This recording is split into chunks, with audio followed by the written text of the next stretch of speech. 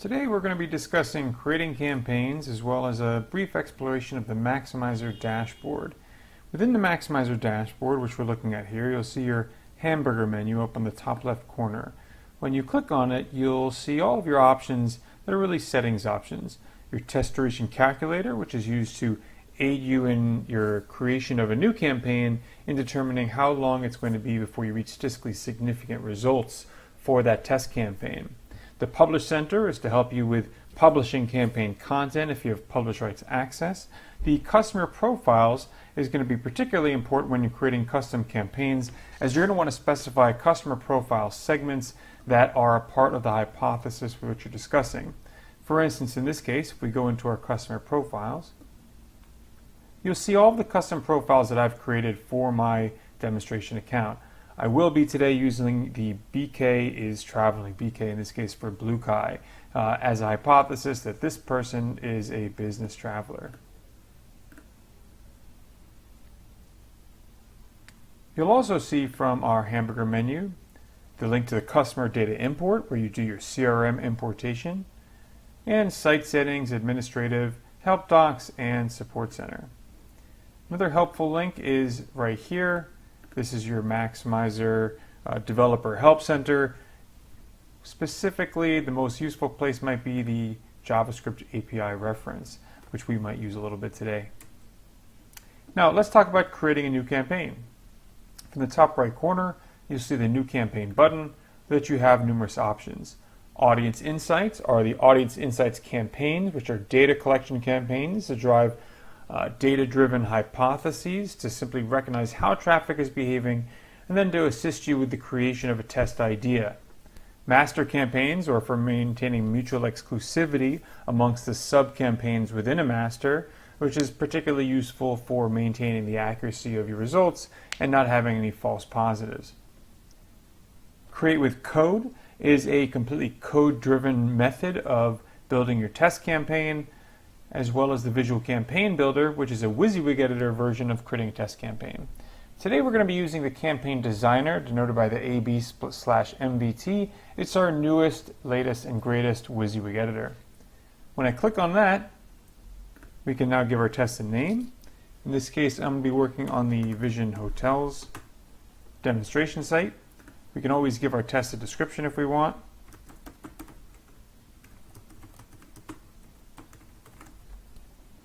And create our campaign.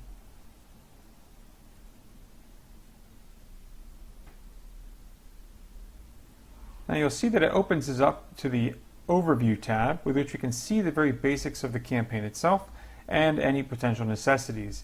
Every campaign needs at least one action that is a success metric for the test.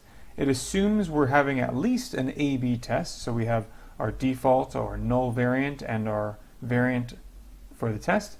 We have the device types, which allow us to filter out groups of people into the test if we say, well, don't come into this test if you're a tablet user or a phone user.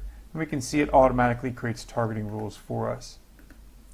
There's a script section, which we'll get to in just a moment. The campaign URLs specify all the campaign URLs that are associated with this test as we create them. And this will be known to be a differentiator between Maxymiser and its competitors, in that Maxymiser, within this WYSIWYG editor right here, you can create multi-page funnel tests with which elements are associated with URLs independently, and they'll be listed here. You also have an integration section at the bottom. This is a single-click installation for a handful of integrations. You have other custom integrations as well that Maxymiser can implement for the account, or that the client themselves can integrate, but some quick single-click ones would be like the Universal Google Analytics, which once enabled you can quickly enter your tracking code, or you can even use custom dimensions. You're going to have a single click with the Oracle DMP if you wish to integrate the DMP installed on the page and automatically deliver those audiences to populate the Maxymiser custom segments, and as well as you'll have integrations for Adobe Analytics and Demandbase. To start creating our content, that is the content changes for this test, we'll go to the Content tab. And you'll see here it's loaded up our default site, in this case our visionhotels.visiondemos.com. It started us off in browse mode, allowing us to navigate to whatever page we want to start building our test on. We'll start on the home page here, so we can quickly switch over to the edit mode. In edit mode, for our variant, we can make changes to the content on this page. So if I select the image, for instance, again, if the hypothesis is around business travelers, I might want to upload an image specific to those business travelers. So once I've selected the image, you can see in the properties the current path to that background image. If I select the library, I can upload a new image.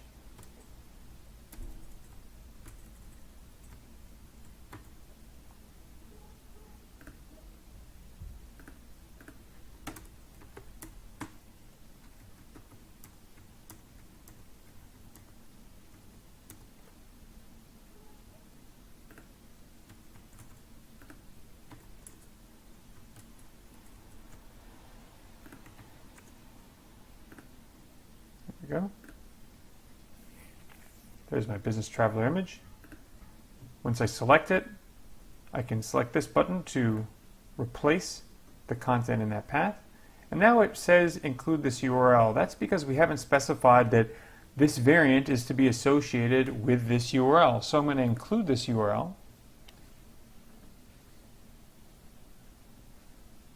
And you can see now in the URLs for this variant, not only does it have the preview URL for this home page, but it's also including the home page and the home page within the URL parameters.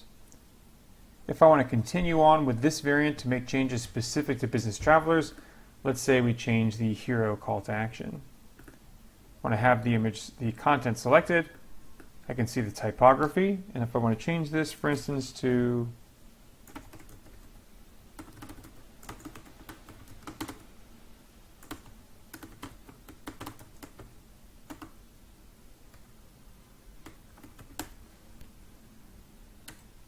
traveling in the business luxuriously.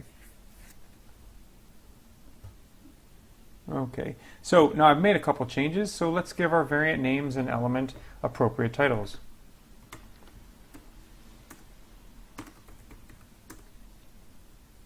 Call the variant business, and I'll call the element hero, as we've made two adjustments to the hero, the image, and the call to action. Now, to add new variants and elements, we click the plus button in the top right corner. In this case, I'm going to add a new element for an additional hypothesis for the test. Whenever an element is created, it automatically gives us at least one variant. In this case, I want to demonstrate using the other properties, in this case the hidden property, by selecting this home link and hiding this content. Specifically, I'm choosing this because the hypothesis might be around, well, this home link, while it might drive you to the home page, just as easily drives you to the home page as the main image and the logo. And all of these coming soon links aren't particularly helpful, so maybe we can remove this aspect of the test once these are no longer coming soon. So for the time being, let's select that link. And I'll go to the Visibility tab, set it to Hidden. I'll name it accordingly.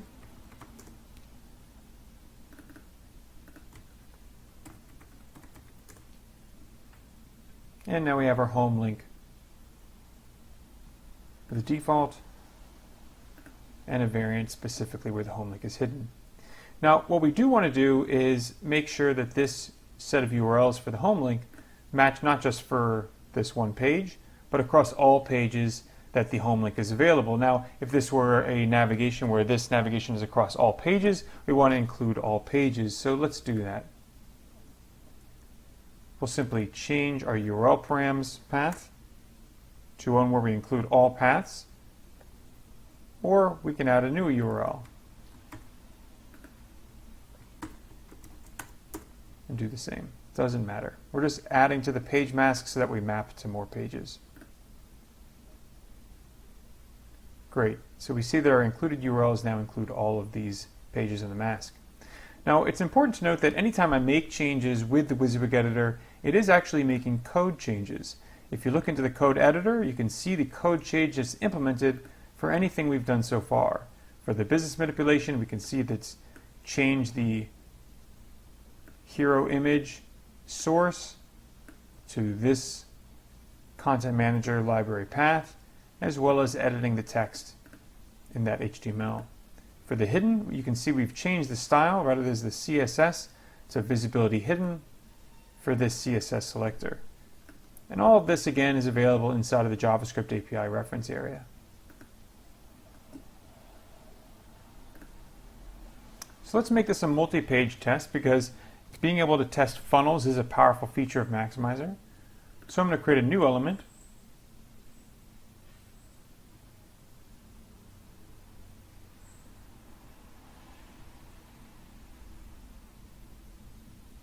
And this time, instead of going to edit right away, I'm going to browse to the next page in the funnel. And I'll do that by selecting my check-in and checkout dates and actually surfing to the location I want to go. In this case, the booking to state. I'm going to specify that as my URL, not just as my preview URL, but as the URLs that I care about for this element.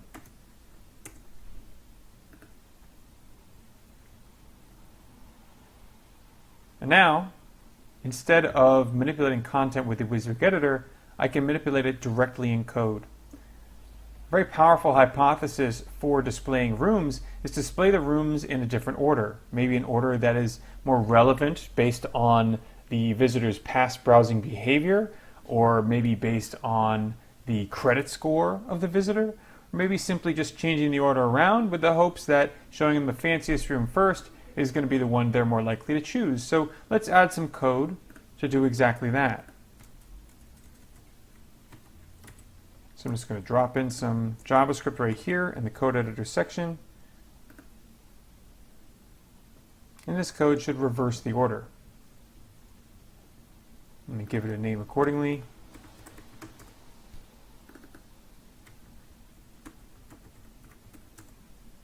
And change the name to the rooms list. Now, it hasn't changed it yet. The WYSIWYG editor does take a snapshot of the state of the page. So I'm just going to simply refresh the editor just to verify that this code is executing and swapping the order out as I'm expecting it to. I'm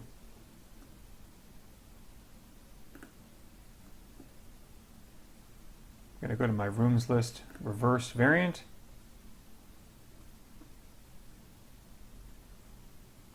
And there we have it. We've got our order completely reversed of these elements. So now the next tab, or rather sub-tab, that you'll find inside of the Content tab are the actions. The actions are success metrics, and we do need at least one for every test. In the browsing mode, we can go back to the home page. As this is going to be valuable for us, we are going to have actions associated with this home page. In the edit section, we can select the elements that we want to match as our KPIs. In this case, I might want to track how many visitors are ultimately clicking on the check availability, as the call to action in the image might have influenced whether they actually do that action. So I'm going to track click actions.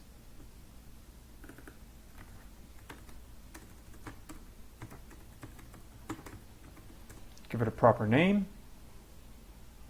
Select an element. And now the attach is highlighted, so I can attach this element to this action.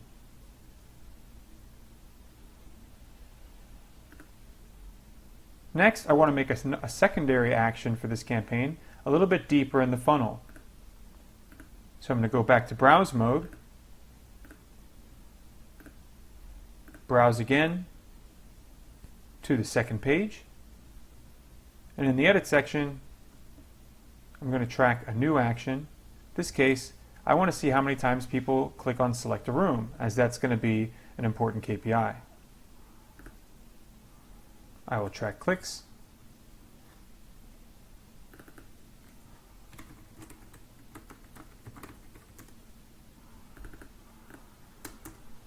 give it an appropriate name.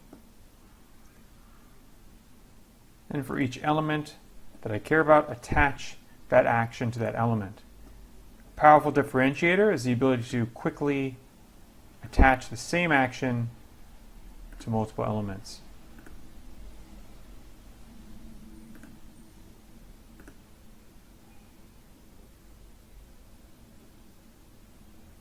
As you can see, it's showing us the action icon on every element that has it associated with it.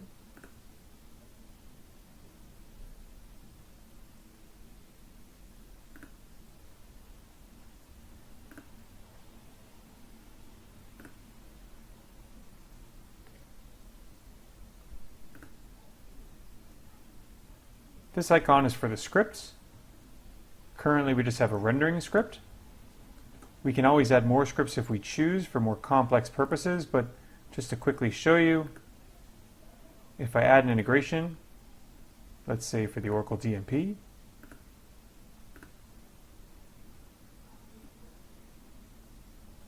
it'll automatically add a script for us, a custom script. Of the types of scripts you'll find, there are rendering scripts and qualifying scripts as well. Rendering being scripts that help us render the actual page and test content. Qualifying scripts we'll see in a moment as we create custom targeting rules. It might create a custom qualifying script for us. The last section you'll see is the DOM browsing tree. As I select elements, it selects elements in the DOM browsing tool. So I can then surf around in the DOM browser to siblings, parents, children, anywhere on the page, in case I want to go deeper or higher up in the chain of elements on the page.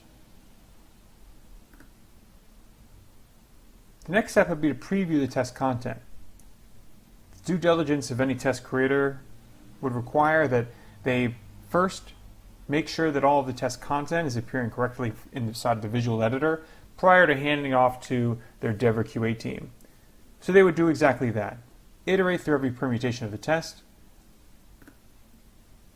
surfing to the page that has that reverse list of rooms, and then every time they go through one of these permutations, provide the preview link URL to their dev and QA team, either by sharing the link directly, copying it and pasting it elsewhere, emailing it with your default email program, or previewing it in a new window.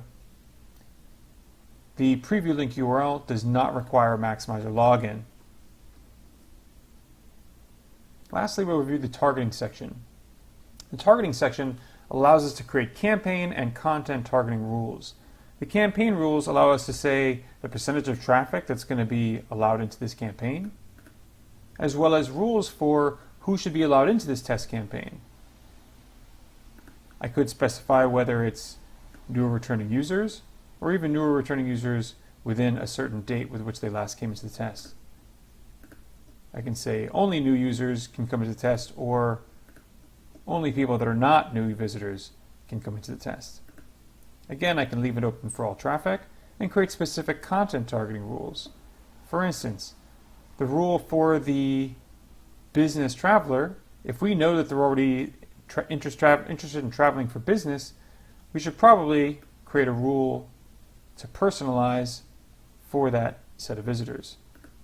If that visitor is a traveling businessman, a businesswoman, then throttle the default permutation of the hero element so that they're only exposed to the business variant.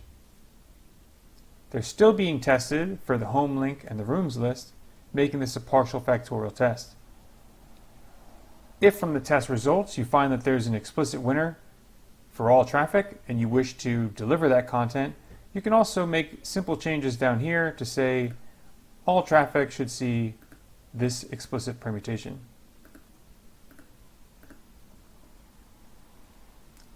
And there you have it, Maxymiser test campaigns from overview, content, preview, and targeting.